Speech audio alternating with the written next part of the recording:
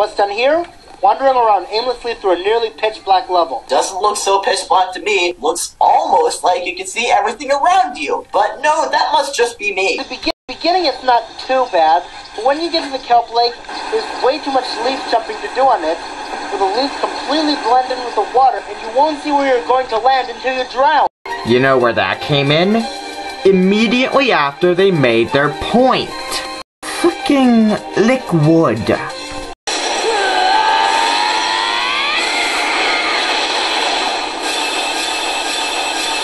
I can tolerate the one in Crystal Cave because of the gorgeous scenery and the fact that you switch between using the orang sprint and sliding.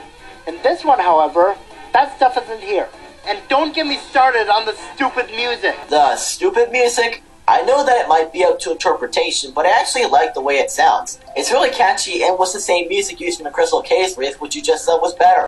Yes, but he said it was better, not because of the music, but because you utilized two different gameplay styles together. While here, you only utilize sliding. Even I got that. Slow portions of platforming games are normally tons of fun, but this one isn't. Where? When? I want a specific example of how slow portions in platformers are fun. I usually find them to be boring. Oh, but what do I know? Yay, it's a shameless self-promotion. I was wondering when I was gonna show up. No. To win, beat the beetle in a race and get 50 coins. This might not have been so bad if this overgrown pest didn't maliciously try to ram you to make you lose coins. Why wouldn't he run into you? If not, it would be way too easy. But then Meta wouldn't have something to bitch about. Oh, who am I kidding? If he did not get to you, he'd probably complain about it being too easy. No, he's just saying the difficulty could have been handled differently, like for example, making it a type of time attack, instead of having it be a race between two participants on the same course where he can ram into you. Now, if you excuse me, I'm off to run to the store and buy a few gallons of insecticide spray. Wait, I can't go anywhere until I finish this list? Fine. I'll get on with the top 5. The ones that give me a major headache just thinking about them. Now, if you'll excuse me, I'm going to get some Mountain Dew. Wait, what? I can't leave until I finish the commentary? Fine, we'll get on with the last 5. The ones that really give me a headache. Your attempt at reusing his joke is so lazy, this is all I hear. Blah, blah, blah, blah, blah, pride, blah, blah, prince of all, blah, blah, blah, Super Saiyan, blah, blah, blah. Oh, and here we have a good candidate for most infamous moment in the game. Finding General White. Okay, first off, would you care to explain what this moment is if you want to try and get people on your side? Second, he said good candidate. Good candidate. Good candidate. As in, not one of the definitive moments, just a candidate. Do you even listen to his arguments?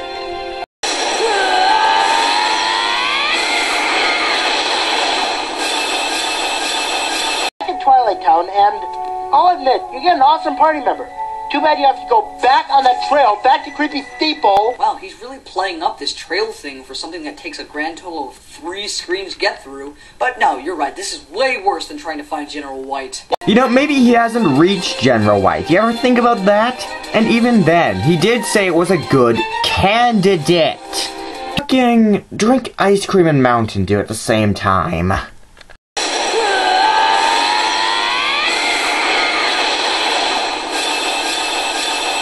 Apparently, you can't guess his name unless you go all the way back to Creepy Steeple and get the lowercase p, because typing it all in uppercase doesn't work. If you remove both the uppercase p and the lowercase p, this mission would still be tedious, but at least his comment about me guessing his name was Dupless wouldn't be as infuriating or insulting. It was a joke! The joke could have been handled better. He flees to Creepy Steeple, and you know what that means? More backtracking! The boss fight itself isn't that bad, but why did the developers think this would be a good idea? Because it was a good idea. It's the second best chapter in the game, right behind the Mystery Train one. Explain what this moment is if you want to try and get people on your side. And to think, Dupless has the audacity to call us the Killjoys. You're a Killjoy, Meta. Well, you know what? No you. I humbly apologize, take my money, I only have $7. The worst parts of the game for me would either be the intro, which doesn't even count because even though it's atrocious, it doesn't count as a Killjoy since it's before the game even starts. I want you to remember that point. Put it in your head. Think real hard about it. No.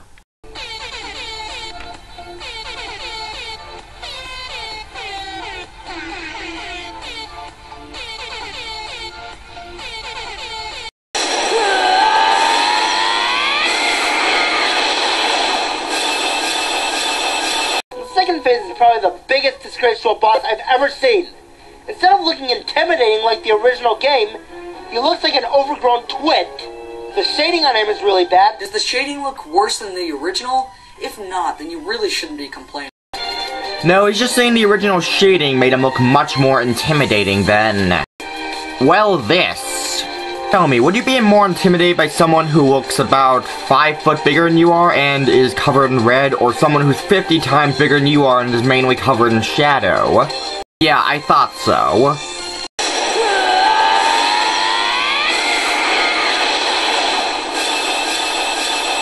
Smash Bros. 4 is definitely an awesome game, but it has its ups and downs.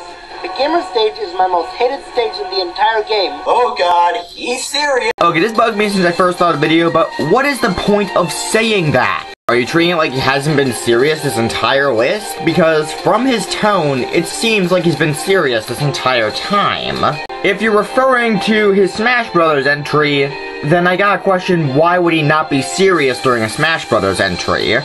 If you're talking about the stage he chose, then, well, even I don't like the stage, plain and simple. As a stage hazard, she's annoying as heck. And sometimes she appears when you're not ready for it. I mean, how are we supposed to know that she can pop out of the TV? First, there are some warnings. With the doorknob shaking, and you know that she can pop out of the TV if you played the original WarioWare game. Guess who hasn't played the original version?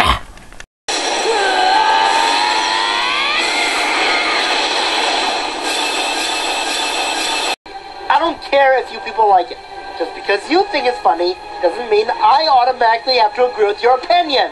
Remember, this is my list, my opinion, so learn to respect that. And here we see classic Meta, always thinking everyone is out to get him, even his fan base. Well, considering he was a former bandwagon of the CC, I wouldn't blame him. Also, he requested people to do commentaries on him. That's not paranoia, that's just obsession.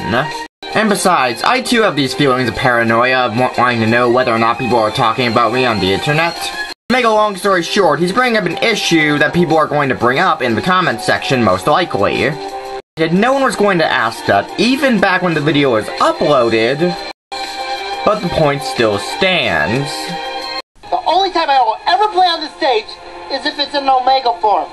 And, let's face it, every stage has an Omega form. Wait, so if you even mention that you can put it in Omega mode, then what is the issue here? Or is hitting X too much for you to handle? Yeah, if both of you would just fucking listen, you would know that his criticism was targeted to event mode. As in the mode where you cannot change to Omega mode. Fucking chew a rock. We should have gotten a stage from the Wario World rather than this. I know that Game & Wario was more recent, but I'd rather have a Wario World stage than this. But we didn't. Put it in Omega mode and stop bitching. Criticism was targeted to event mode, as in the mode where you cannot change to Omega mode. Also, I'm pretty sure that Nintendo's forgotten about the Wario game from 2 console generations ago. Yeah, Nintendo's totally forgotten about a game they made 2 consoles ago, which is why we got Kid Icarus Uprising, a sequel to a game from over 30 years ago. Look at that point. It's going, and it's gone. Right over your head. What the? Hey, idiot! You can let go, you realize that? Hey idiot, it's a game, you realize that? Blah blah blah blah, rise, blah blah, principal, blah blah blah, Super Saiyan, blah blah blah.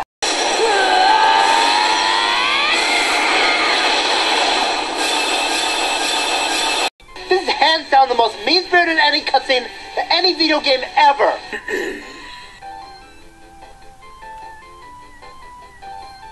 You know, just saying. Just because you think it's worse does not mean that Meta thinks it's worse. Wait, why does this count as a Killjoy? I didn't say that they had to be gameplay only. It has the words kill and joy in it, and it kills my joy, so there! Okay, remember that thing that John told you to remember? The worst parts of the game for me would either be the intro, which doesn't even count because even though it's atrocious, it doesn't count as a Killjoy since it's before the game even starts. So, Meta, I propose this question to you. If it didn't have to be gameplay related, then why the hell couldn't you include the intro to Yoshi's New Island? After all, it kills your joy, so there! How funny, because considering in that same clip you played, he says... The game for me would either be the intro, which doesn't even count because even though it's atrocious, it doesn't count as a Killjoy since it's before the game even starts. It's the very beginning of the game. There is no joy to be killed yet. While here, you will have faced the amazing fight that is against Lavos, and thus, there would be joy to be killed in Meta's eyes. Granted, I haven't played Chrono Trigger, but I do know enough about the game to know this ending is a Killjoy. Oh, John, I think you're expecting way too much from him. Yeah, you're probably right. This is Meta we're talking about.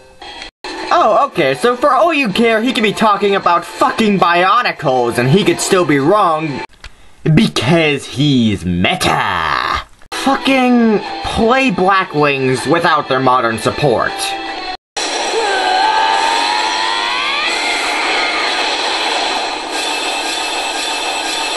This should be an emotionally satisfying ending, but it's even worse than the old Projector ending.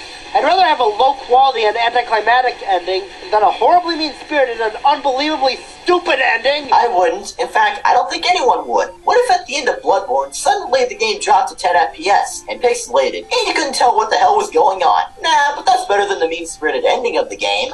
Yes, but that's not his point. His point is that he'd rather have an anticlimactic ending than a mean-spirited ending. And now let's suffer through another one of Meta's recaps. Oh my god!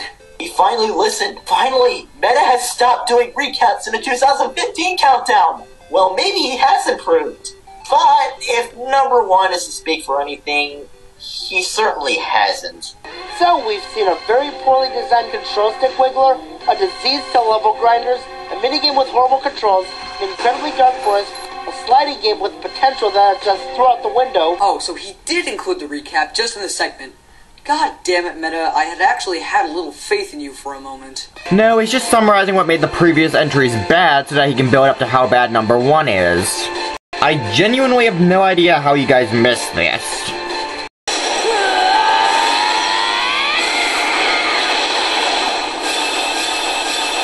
Every time you walk back into the house, you have to wait for him to get into bed before you can feed him the fish. Oh no! Who knows what you could have done with those extra 2 seconds? Mercy is me! Sid has a counter where he has to have a certain amount of, I guess we could say HP. This HP can be raised by collecting faster fish, but for every second that passes, he loses 1 HP.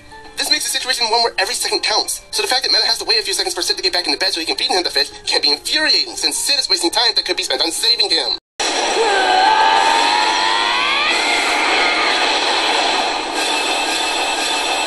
She decides to throw herself off a cliff. It's just so depressing to watch. They showed something this sad in an NES game. Final Fantasy VI is a Super Nintendo game. This is one of the most long segments to any countdown I've ever seen. And the purpose of this is... yeah, a mistake like this really doesn't mean jack shit. Yeah, you could argue they were making a point about him getting the terminology wrong, but no one cares about that. They can obviously tell it's an SNES game by the graphics. Besides, does this look like an NES game to you? No, it doesn't. Luckily, she survives and finds out that her friends are still alive out there, so she uses the raft to get back to the remains of the world and search for her missing friends. This is a primary example of how to portray suicide correctly in media. Oh my god! You serious?